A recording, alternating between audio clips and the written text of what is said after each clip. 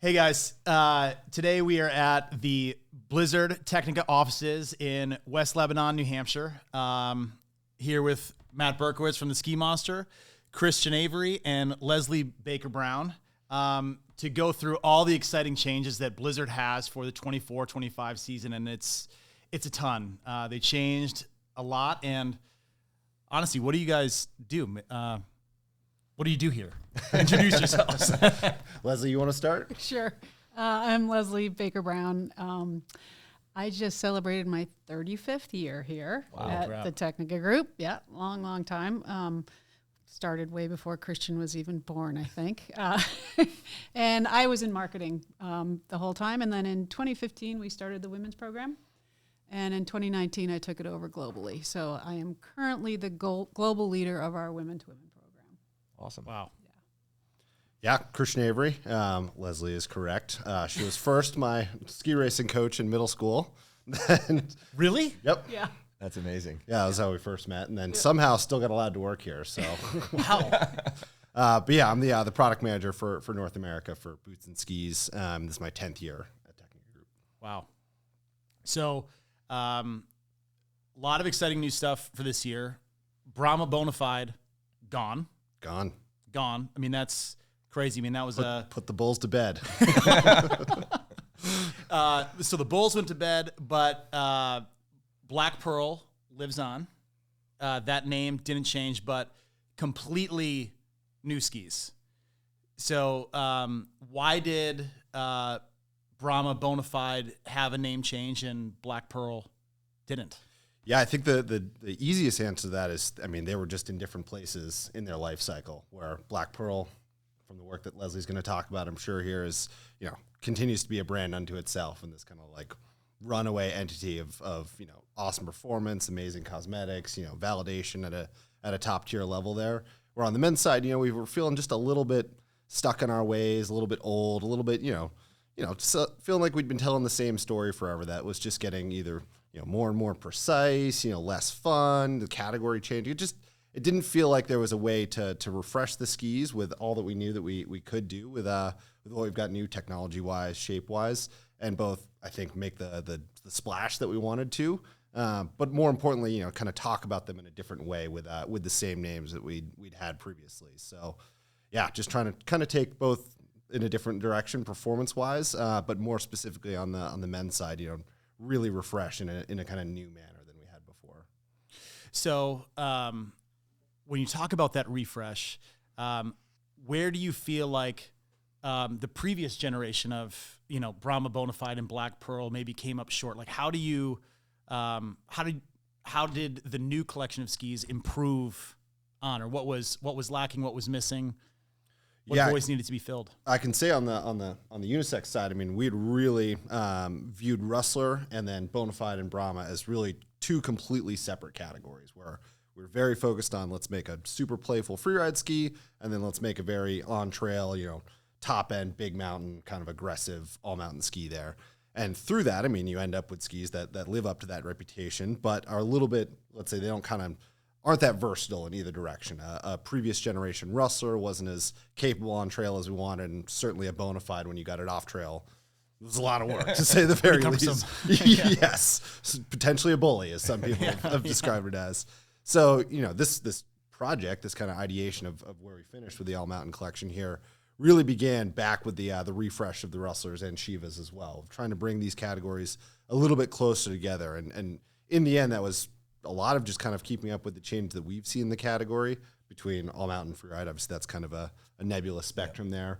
But also even just, the lack of capability, especially on the men's side with the bull skis, of incredibly powerful. You could go 100 miles an hour on those skis, no problem. But if you wanted to slow it down or get off trail or be a little bit more playful, not work as hard, definitely pretty lacking in that category.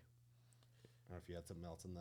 Yeah, well, the Black Pearl's was in a different space than Brahma and Bonafide for sure, and they've had different constructions throughout the year. So, working with our women's groups, we had different issues we needed to work on.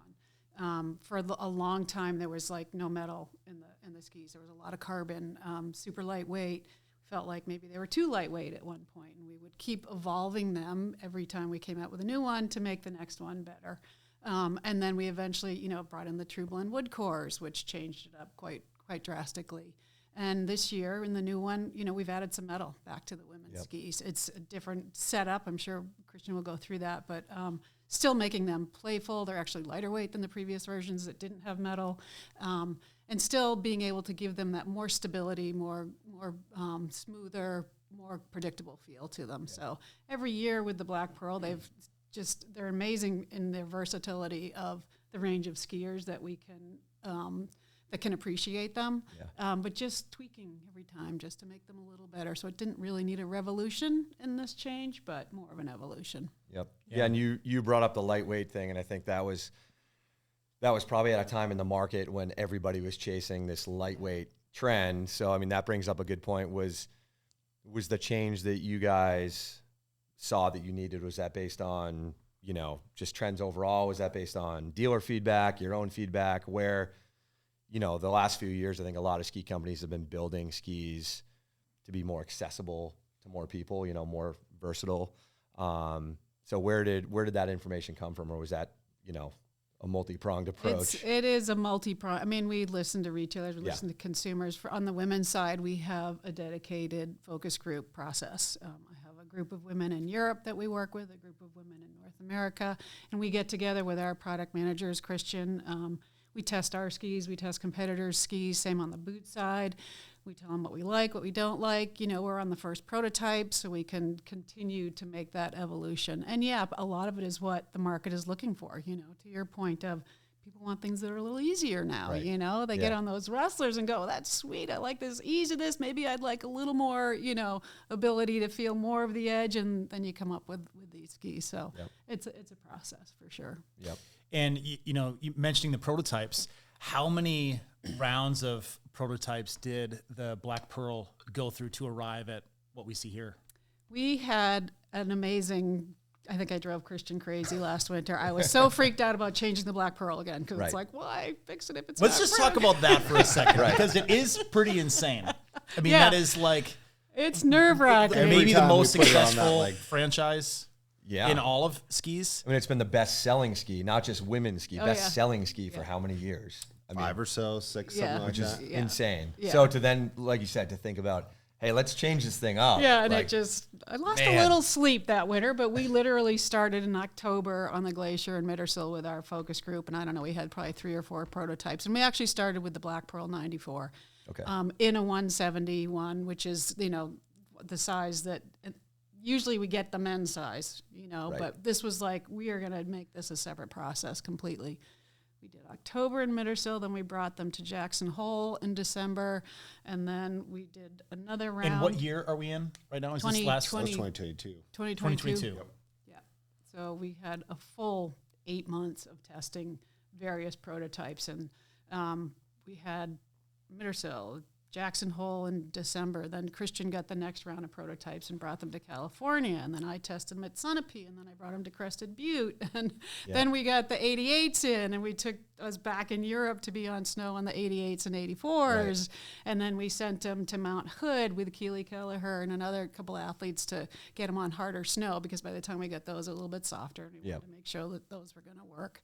And then, the final was back in November of the next year. So. Yeah. Oh, and wow. It was an extensive testing process. Well, and that's good to put it into perspective. I mean, that was fall 2022, and now they're coming to market for consumers to buy in fall of 2024. Yeah, and obviously the notion of the waist widths, the kind of list of things that you want to clean up with them. I mean, that process begins years before. Right. I mean, we knew the waist widths of the Black Pearl and Anomaly family before we'd done Rustler and Chiva at that point. Because we wanted them to all fit together a little bit better.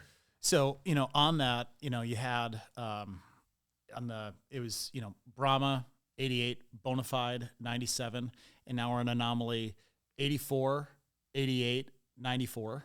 Yep. And same with Black Pearl.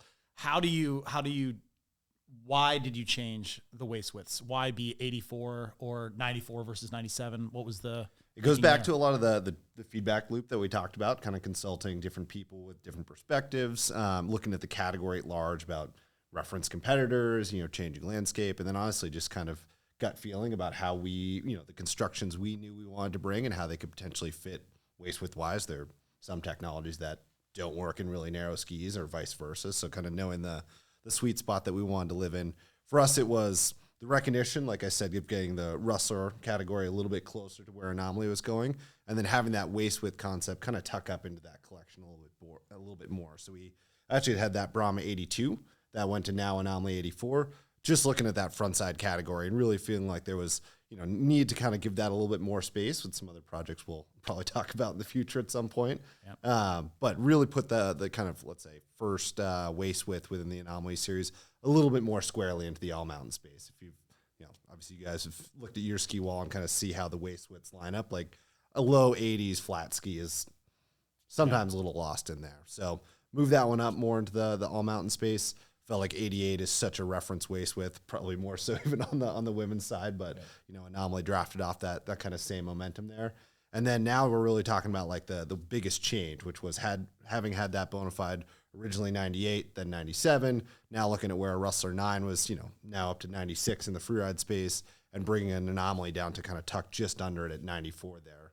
Feeling like that from all the insights and feedback that we've gotten was that 95 really seems to be where, waist width wise, people start to think about skis a little bit differently. They're looking at the mountain in a different way, meaning that they're probably getting off trail more. They're chasing some softer snow. They want a ski that is genuinely more versatile. So we felt like stacking skis on either side of that kind of mental line of demarcation, go more playful in a Rustler at 96 or a little bit more on trail focused in an Anomaly at 94 there, was kind of how those three waist widths all rolled up to one another. We did still have on the Anomaly side there that 102, the kind of halo on top, just because of the history of the brand and feeling like we still needed, that double TI 100 plus really chargy ski, because we've got plenty of athletes who kind of love that and still feel like there's a need for that, but obviously so much less than the really kind of focused waist widths that we just talked about. And you talk about that benchmark key waist width 88. Don't you think you guys are responsible for 88 being such a big deal? Because, back in 2011, 2012, you had the Vocal Kendo at 88, and that lived there. Had the Brahma, which, waist widths didn't even really enter the model name of a ski yet. But you had the Brahma happen, and the Black Pearl probably really brought it home. And if the Black Pearl didn't happen, what would we be looking at for waist widths right now? You guys are the reason, Vocal kind of started it, but you guys fully brought it home with the reason why every single ski manufacturer has to have an 88 millimeter waist. And if you're 87 or 89, it's that 1 millimeter difference completely changes the perception. And 12, 13 years later, people are still coming out with 88 waisted skis that they didn't have in their lineup, because that's such a key waist width still to this day. It's just so versatile. You can carve on East Coast harder snow groomers. You can ski chopped up crud. You can, even take it in a little bit of powder out west, so it's just super versatile. Yep. It does so many things. Yeah. Yeah. And you brought up the validation tour kind of, to validate these prototypes and, different countries, but also, when you get here with your dealer base, we were lucky enough to be part of that Anomaly project, but it's difficult for you guys too, because what George and I might give you for feedback based on the East Coast, in a city is different from somebody in Colorado, Utah, or is different from somebody in Santa Barbara, different from somebody in Seattle. So for you guys to have to obviously take all that information and say, okay, you can't give everything to everybody. We got to meet in the middle here. And then you brought up another good point, also knowing, okay, well, in the back of your head, we've got another new line of skis. We got to make sure that price points and waist widths don't cross over, so that, I think that all adds into that. This is why these things take 2 years to bring this to market. It's not like, hey, let's build a new Black Pearl and then you just go do See it. what happens. So I think, it's interesting. Put yourself in the consumer shoes, and you walk into a ski shop and you see the wall full of skis and you're just like, well, cool. These just showed up. Well, this is that one ski was years worth of work, and again, that validation. And, some brands aren't lucky enough to have that validation tour go so well. And I'm sure you guys have had some nightmare projects in your past, but Yeah, you talked about that, nerve-wracking rebuilding this very successful, brand of skis, because it really is its own brand of skis within the brand. So, I'd say a lot of people walk in and ask for a Black Pearl and don't even know it's a Blizzard. Right. Totally. Yep. Yeah.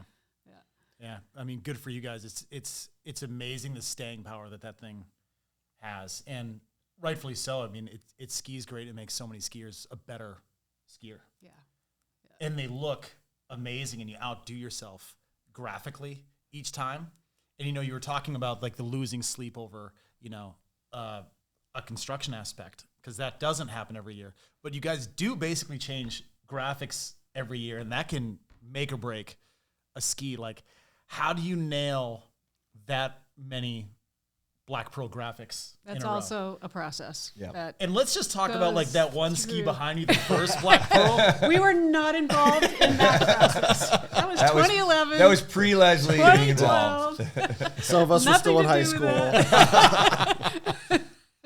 Yeah, that's part of the women's focus group process as well. We we have our designers over there, and they'll come up with mood boards and color palettes and all these different concepts and ideas. And we literally, at the focus group meetings, when we're in Europe, especially in Mittersill, we can be right with the guy that's doing it. Gunther, he'll sit there with us and pull out all these top foils and different, graphic directions and what color palettes do we like. Right. And we do the same thing. We'll bring those top foils right over to North America, and we go from there. And a lot of it will be at that point, like I went over in March, PCM1, to make sure the next year's graphics are, because it's hard to tell on a screen a little bit. Yeah, for sure. Once they've seen the concept and the ideas, then I will be sending multiple emails. Okay, this is phase 3, this is phase 4, what do you think? And getting feedback from, I have, and that goes to a larger group of women.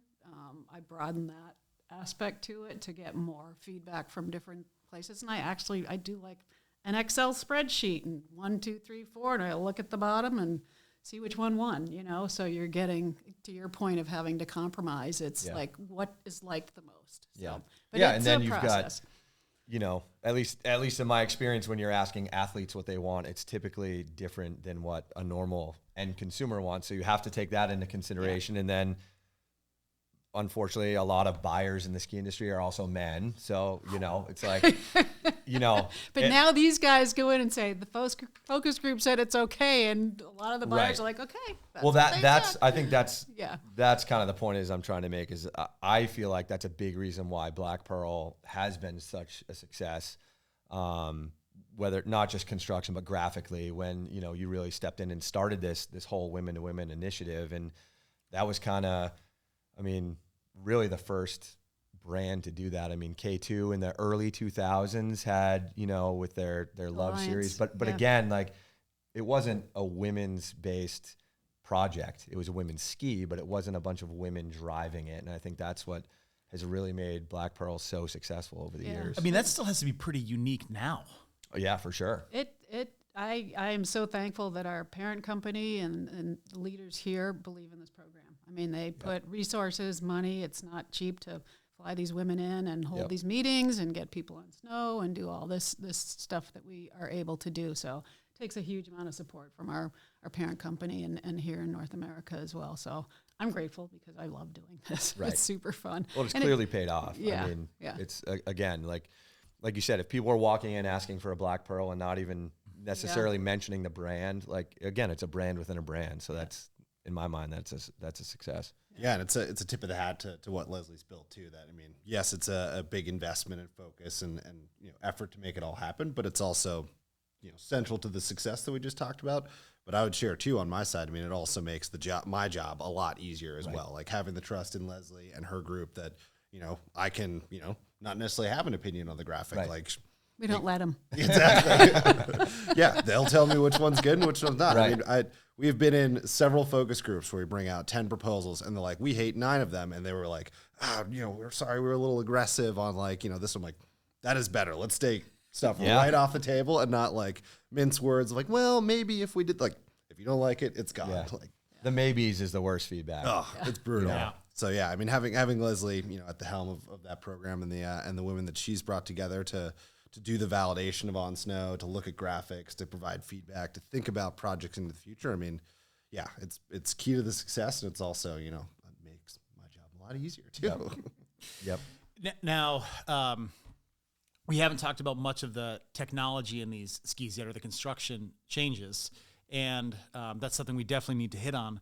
And how does, you know, because there's a lot of shared technology between the two construction stories, all that. So there's a decent amount of overlap, even though the projects are really pretty separate. So how does that all work? Like, what changed construction-wise? Where is there overlap, or, you know? Yeah, the biggest thing I guess the blanket statement to start with is everything changed. I mean, they are completely new shapes with new constructions, with new philosophies, both on the Anomaly side as well as the Black Pearl side. As Leslie mentioned, I mean, we knew we really wanted to double down on everything that was women to women in Black Pearl and start from that project at the very beginning, not, you know, with a reference length of a 180 something and see, you know, what we could tune down. Literally, we started with that 170 Black Pearl 94 and then the 182 Anomaly 94, and started with two different groups and went in different directions. And what we knew we wanted to do was that performance change that I talked about, which was bringing them a little bit more versatile, a little bit more playful, kind of developing them in a way that was going to be unlock more of the mountain than, say, you know, so focused on just the groomers. We knew we had a pretty good construction technology already established in Rustler that we're calling Flux Form, which is a way to lay the Titanol up in the ski. You still get the benefits of that dampness and consistency that metal can provide in variable snow or going fast or whatever it, you know, might need. But doing it in a way that still makes the skis really playful. Typically, I think lots of people associate metal with being heavy and demanding, and you know, it's what is in a lot of the race skis and, right, you know, the more demanding skis on the market for sure. But, you know, we were trying to figure out a way to do it in a way that was more playful, more versatile. And in fact, back when we'd even been testing those Rustlers at Saskadena 6, what feels like, you know, years and years ago now, we'd had that one ski that was called Wildcard, and Wildcard was the first test of the construction of these skis. You know, just messing with ideas, knowing that this project was coming down the line the year after. And so what was interesting is bringing a version of Flux Form into the All Mountain skis, which is obviously done in a little bit different way, different thicknesses of Titanol, different quantities of it. So instead of the stripes that just run tip to tail on the highest level, as in the Rustlers, Anomaly also gets a strip down the middle on the top layer there. The result is you essentially have a full sheet of metal in the top layer of that ski, but completely disconnected, allowing it to be torsionally soft, still playful, but damp and consistent and balanced. What's then specific on the Anomaly side, below the True Blend wood core that's set up for every model of every size, is then a full sheet of Titanol on the bottom. So when you talk about the Anomaly skis, I mean, it's a double TI ski, but certainly when you get it on snow, it does not feel like that. Yeah. It feels really playful. And You can get them to cut loose for sure. Exactly. Like break it free from a turn, you know, charge into conditions that you're not quite sure what it's going to be, and feel like the ski is going to be, you know, reliable and consistent. On the Black Pearl side, yes, there's I would say a shared ideology. We call the technology Flux Form because the Titanol is laid up in a similar way in the Black Pearls. It doesn't get the full layer of Titanol on the bottom, so essentially the Black Pearl is a single Titanol ski, which is a big change from the prior version that was largely a non-metal ski. It had a piece underfoot, but nothing in the forebody or the tail or anything like that. But what's interesting about, yes, sharing ideology between the Black Pearl and the Anomaly series in the Flux Form technology, there are no two pieces of a Black Pearl and Anomaly construction-wise that are shared with one another. So all of the pre-pregs, all of the Titanol pieces, the True Blend wood cores, even the base materials and the edges are specific to each project. And that is the result of launching those two different proto molds at the same time and letting the two different teams just get to work and kind of take them in the unique directions that they did. And those are even different per size, correct? So I think that's something that has started happening, you know, in the last 5, 7, 8 years, where manufacturers are building skis per size, not using the same amount of metal from a 180 down to a 155. So I think that's something that, you know, makes it harder for you guys as well when you're building these skis, making sure that each size skis consistently. And again, that you got to change the core thickness, the amount of metal, where the metal is. So, you know, again, no easy feat on making sure that the shortest ski size skis similar to the longest. You know, it's not going to be exact, obviously, but having that consistency is a difficult thing to to come up with. Totally. Yeah, it's part of the story of TrueBlend that we started telling in the 2020-21 season there, where we now had this technology that really allowed us to design even more specifically at the size level there, and then of course also at the model level where what had been a Brahma 82 could be totally different from a Cochise 106,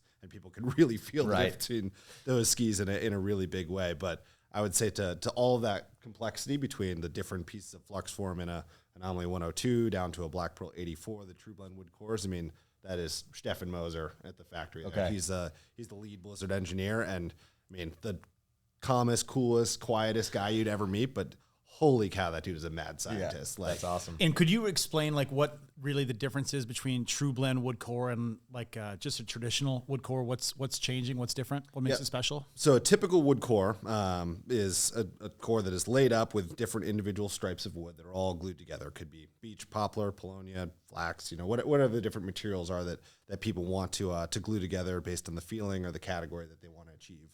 Typically, though, those stringers are running full tip to tail. The benefit of that is that you can make a really long block of wood, cut your different sizes out of it, whether that's a 140 for the shortest women's ski or a 190 something for the longest men's ski, and it's quite simple because you just kind of lay up the long block and chop it into sections there. And then the way you typically control the flex of those cores is what's called the high cut. So you mill them with sort of a crown towards the middle of the ski, the thickest part, that then tapers towards the tip and tail. And of course, you can kind of change how quickly they taper and control the flex profile a little bit in different ways. What TrueBlend is for us is a different way to lay up those stringers within the core. So instead of those wood pieces running full tip to tail, we actually stagger them in different zones. So underfoot, we'll put in stiffer layers of wood, then kind of a little bit less towards the tip and tail, and then even less towards the very outer ends of the ski there. The result of that is, in addition to that high cut that's building the flex, the wood profile itself is also controlling the flex profile. So the goal, aside from building specific to every model and every size that you can now do in a more deliberate way, is to have skis that have a ton of power and energy in them, but are in fact also still really easy to use. They have soft tips and tails that you can get in and out of that turn and still really build that power profile underfoot there. And yeah, it's the gate to which you can just build skis in a more deliberate, precise way between the models, between the sizes. For us, it's been game changing what it's allowed us to do in every category that we've brought it to. Yep. Yeah, and that's something that we've run into a lot in the last couple of years recently, and I think it's been kind of a misconception for a long time in the ski industry that metal is what gives the ski its stiffness. So that was a really good explanation, especially talking about the core and the thickness and how you're tapering it to the tip and the tail. Is that's primarily the driver behind how the ski is going to flex, not the metal in there. Right. Stiff skis can have metal. Metal doesn't make skis stiff. Yep. 100%. And, correct me if I'm wrong, but, a stiffer ski would need to be dampened out, and metal does a great job of dampening, and how you were talking earlier about carbon making things feel a little more nervous or tinier feeling. You can feel a little more jittery. So in these new Black Pearls, that should feel quite a bit more confident for women skiers out there. But much more damp. Really contributes to the smooth flex profile of it as well. A little bit higher speed limit, but still super easy at the lower speeds. So yeah, it's super pumped that there's metal in them now. Yeah. And something, we hear, in the store and live chat, phone calls over all of these years, is, men saying, I don't know if she needs metal. And to go along with that same misconception, like metal isn't going to make, something stiffer, more difficult to initiate. It's going to make it feel more stable and predictable. Yeah. And given the fact of how the metal is in the Black Pearl in this flux form, that it's 3 different pieces. Yeah. That makes a huge difference in the flexibility of it and the torsional, how easy it is to get in and out of the turn, but still gives you that stability and confidence that it's going to be there no matter if you hit a lump of snow or whatever. Right. Yeah, and I think a lot of people still think of when and even when you say a full sheet of metal, you're not talking edge to edge, tip to tail. So I think that conception of having metal or 2 sheets of metal on a ski is literally like a GS ski. It sounds scary. It sounds scary, edge to edge, tip to tail, like 2 full sheets of metal, but brilliant how you have it broken up in different layers and in different spots where it's still torsionally can twist where it needs to twist and really provide that, smooth flex, make it really damp. So, but that whole metal misconception is something that is going to take years to continue talking about. Oh, it's going to take forever. It's never going away. No. But it is that aha moment for a lot of people when you can tell them that, like when somebody says, hey, I don't think my wife, girlfriend, whoever, child needs metal in her skis, and then you can explain why, so that it's nice to hear you say, like, we're excited to have the metal come back. And again, not to make this a burly, stiff ski, but to give it the characteristics that all the women thought it should have. Yeah. Yeah, it was incredible watching the testing process go through where, I mean, as we've kind of said, Leslie's got such an incredible group of women from, ex-ski racers to, they only got skiing a couple years ago. And a lot of the challenge with Black Pearl is, as we said, I mean, you're selling so many, there's such a wide audience there. How do you design for, the people at the very top end there that want to go super fast and push super hard, and then the other ones that, want to ski pretty slow and just have a couple runs out there and, maybe a pretty quick day on the mountain. That's the impressive part about both watching them get on a ski with metal and the testing group that Leslie has. It's just, I mean, how quickly it was intuitive. And I think the success you found quite quickly with some of the different prototypes of everyone kind of driving towards one there. Specifically the 94 when Christian brought it back and took it to California. And we have one of our sub-reps is a super strong female skier, and she's got her strong posse that they ski at Palisades, and they had 3 prototypes, and they skied on it, and they picked their favorite and said, we love this one, but it might be too much. Okay, so Christian brought them back. He didn't tell me which one they loved. Yeah. I got on them down at Sunapee, a little bit harder snow. I'm a good skier. I'm not as strong as I used to be, but I got on them, and I came back. I said, I love this one. Christian goes, oh, that's the same one they picked. How convenient. I then took it to Crested Butte, and the 3 women that I had tested there, not former racers. One of them, to Christian's point, had started skiing 7 years ago. Yep. Did a blind test. We each got 2 runs on each one. They picked the same one. I was like, winner. We've got our ski. That's amazing. It was incredible. Yeah. Really. The range of levels that liked the same ski. So it was really cool. That was one thing Matt and I think really noticed. It was, I think it was before COVID. So it was winter of 19 or 20. Yep. And it was the first time we had a wider array of Ski Monster women's testers. Yep. And we were at the Pico demo, and we had 6 or 7 of them, and they all looked the best skiing on the same skis. They didn't necessarily. I think testing skis and saying what you're feeling on skis is really kind of difficult to articulate if you're newer at it. But they all skied the best on the same skis, and that season it was Black Pearls and Elan ripsticks. Yeah. And all those skis made them look better. They were more balanced. They figured out the ski more quickly. Even though they said they didn't like that ski the best, he and I watching them come down, we're like, they've literally all skied better on this. So again, whether it's preconceived notions of brand, graphic, whatever it might be, but from the outside perspective, watching them ski, you're like, I mean, they're all skiing better. And it's really interesting when we have representatives from other brands who have never skied on this thing, and they ski lights out better on that than they do the brand. Whatever brand they've been skiing on all year. And you're like, this is telling. It goes right to what you said. Like, good skis are good skis. Yep. Which is sometimes fun or funny to do when you're, you guys have been at our brand test days and, to throw in a competitor ski and have that person from the other brand. Cause I think you guys do a good job testing other skis. Some people from brands either don't get the chance to do that, but then you look at these people and it clicks for them and they're just like, man, this is a good ski. Like, Damn. The best photos of them that day are right. on the competitor ski. On the competitor ski. Yep. Which of the new skis coming out next year was the most difficult to develop in the Anomaly and Black Pearl family?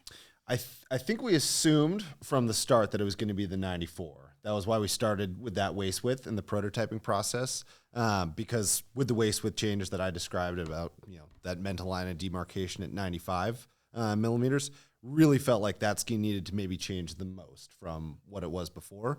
And so I think that was probably it's where obviously the project began, and it's the one we tested the longest because it was the one that was ultimately going to be the reference for then how the 88 was, how the 84 was, how the 102 was above it. So I'd say that was the most difficult to kind of grapple with. But really, it was even beginning with Rustler and Shiva of setting those in one place and then knowing how close or how far to kind of make sure that the Black Pearls and Anomalies were to those skis. Because at the end of the day, you know, we can have waste width concepts on paper, but at the end of the day, the skis also need to be different and have a reason each to exist from one another too.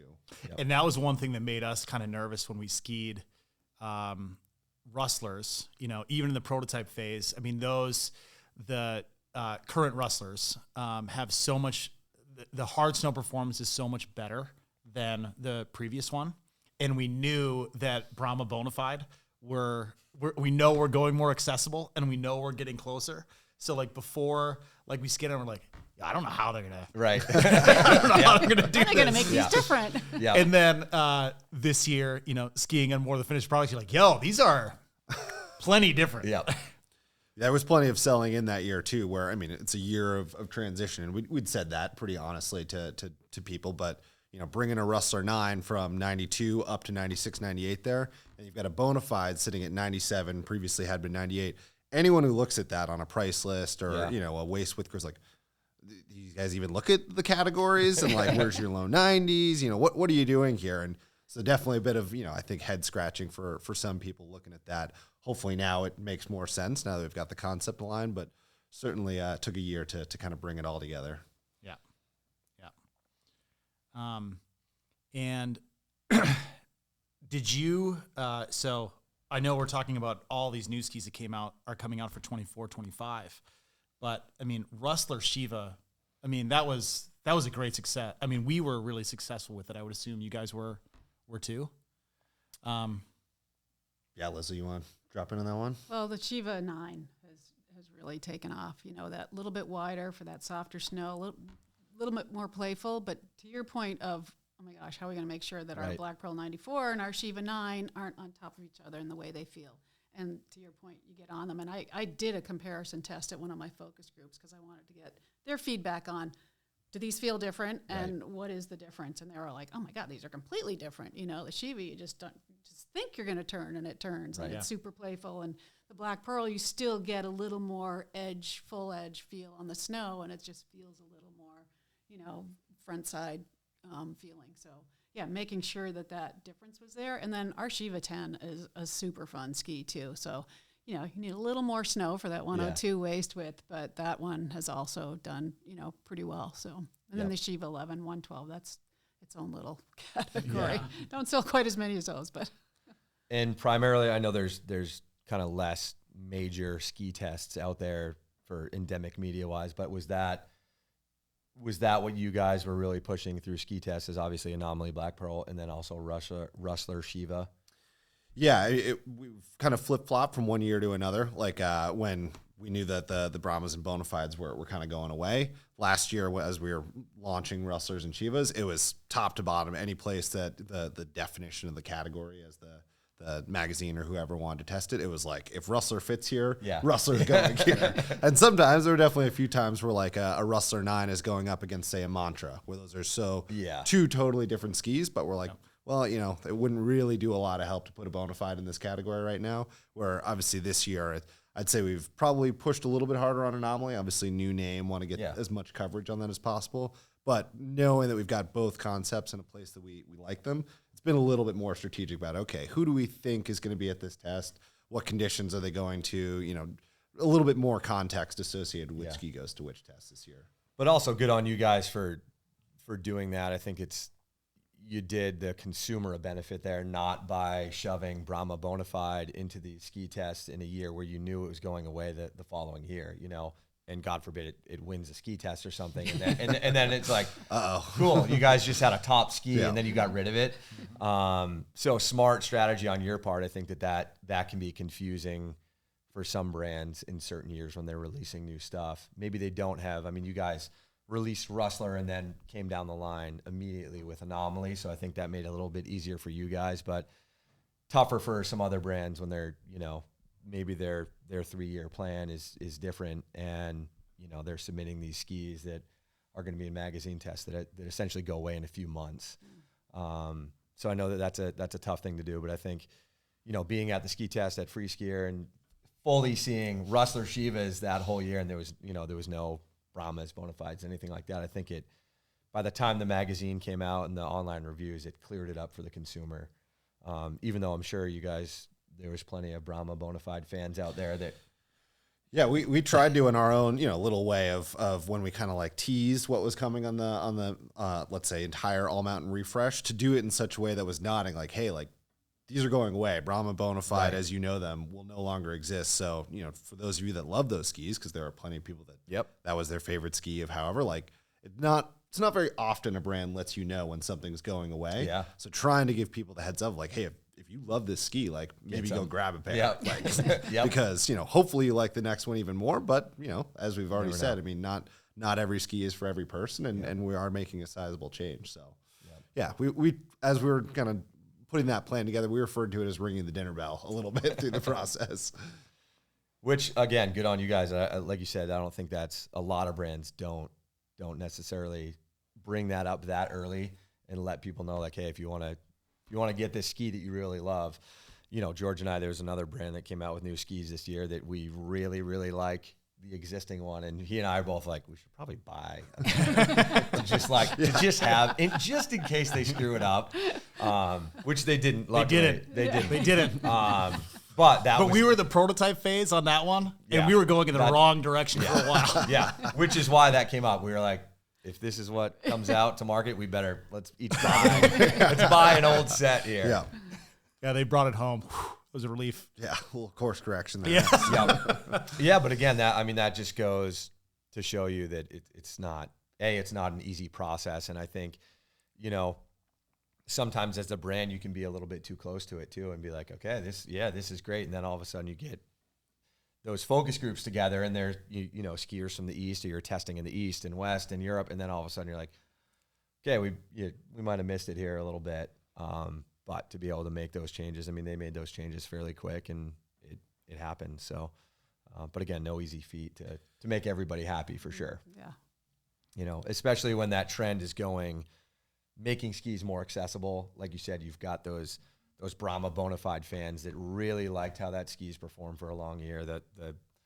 You brought up Vocal Mantra, that same thing where those customers are a little bit scared of that change. Like, oh, are they going to take what I love most about this ski, this powerful ski?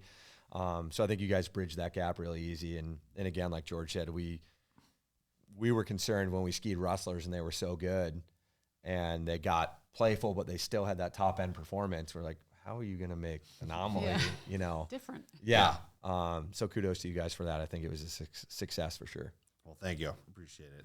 Yeah, it definitely comes down to having, let's say, an opinion about what you want the skis to be, and really trying to drive as much as possible towards that throughout the process there. And yeah, again, right or wrong, trying to get them to all fit together, but also taking feedback along the way about how to skew them in one direction or another, as you've maybe got the finish line in mind, but the process to get there, or what the exact feeling once you get there, is not necessarily something you could measure or a tangible thing to point at.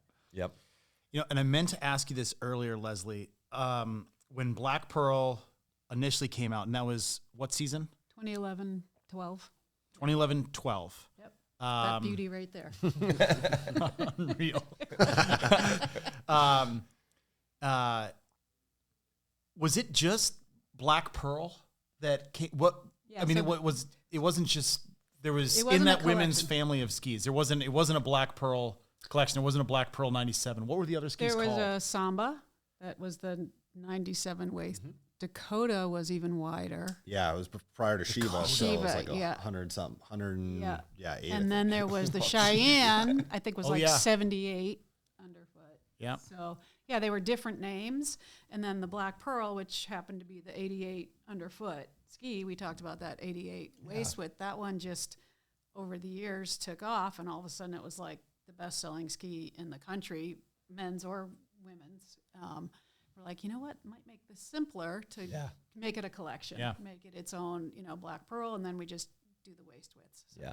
And that was that evolved. And that was at a time in the industry where everybody was like, let's name every single ski a different name. Yeah. And not have the waist width part of it. Seriously, like that's so crazy. Like talk about making your job so much harder. Yeah. Yeah, I mean, we were even. I don't know why I didn't hanging think on about that for until so now. long. Well, I mean, to your point, like I can't remember what the Samba waist width was. You Right. know, it's like, Yep. and it's so much easier if, like, for especially kids on the floor. Like, okay, this is 88, this is 84, this is, you know. So just the whole naming convention is always a nightmare too. But yeah, just making that one cohesive collection. So, you know, a lot of times, again, people will walk in and ask for a black pearl, and now you're like, well, which one? And that's when the, you know, Right. sales comes in, where you guys can talk about where they're skiing, what kind, you know, they like a wider, narrower type ski. So it gives that option. When we were talking about, like, you know, you guys really defining the 88 thing, could you imagine if the 88 waisted ski that you initially came out with was the Dakota or the Samba? Oh, we'd be probably renaming that. Yeah. It's just, wow. Yeah. Just absolutely. A little bit of luck. Yeah. I mean, you guys have been lucky, but you repeatedly, you know, nail it over and over and over again, specifically on the Black Pearl side. It's been really impressive. And this was, you know, I don't know, and I felt like Brahma Bonafide needed to go away. Our sales with that fell off a couple seasons ago for sure. But this is a welcome addition, and they ski great. They look good, and excited for more people to get on them. Is there anything else that we missed or that we should cover? I think that's got. Yeah. We probably should say that Leslie did not take over graphics until 2015. In case anyone is looking at this slide that Kirby will put in there, those are pre-women to women. Yeah. You can see the market differentiation when Light switch. when Yeah. we stepped in. Yep. Which is very cool, and that sticks out when you guys came down last fall and we're talking about this stuff. I mean, that's an amazing slide. Like George said, Kirby will put it in here, but just to see the difference, like when women to women started, it's very clear. Yeah. Very clear. So that's been cool. I mean, cool honestly, program. if there's even a slide of just how like Brahma Bonafide and all that stuff have changed over the years, I mean, that's crazy too. Yeah, I mean, it's goes back to the name change where during, you know, the sales process of the year of explaining why we changed the name, you know, what the new waist widths are. One of the slides I had kept going back to was, I mean, the original Brahmas, Bonafides, Cochise, Bodacious, all looked very much Bushwhacker. like Bushwhacker too. Yep, looked quite similar to that. So showing here's where we started with something pretty out of the box, aggressive, interesting. That, you know, whether you knew Blizzard as a brand in 2011, you at least like took note of what the, you know, bulls with the stars and bright colors and, you know, whatever this was going on over here, to where we are, you know, kind of finished with the bull line, which was still skis you can be proud of for sure, but they'd gotten very safe. And, you know, when you line them up on a wall, like they very much looked like the status quo within the category.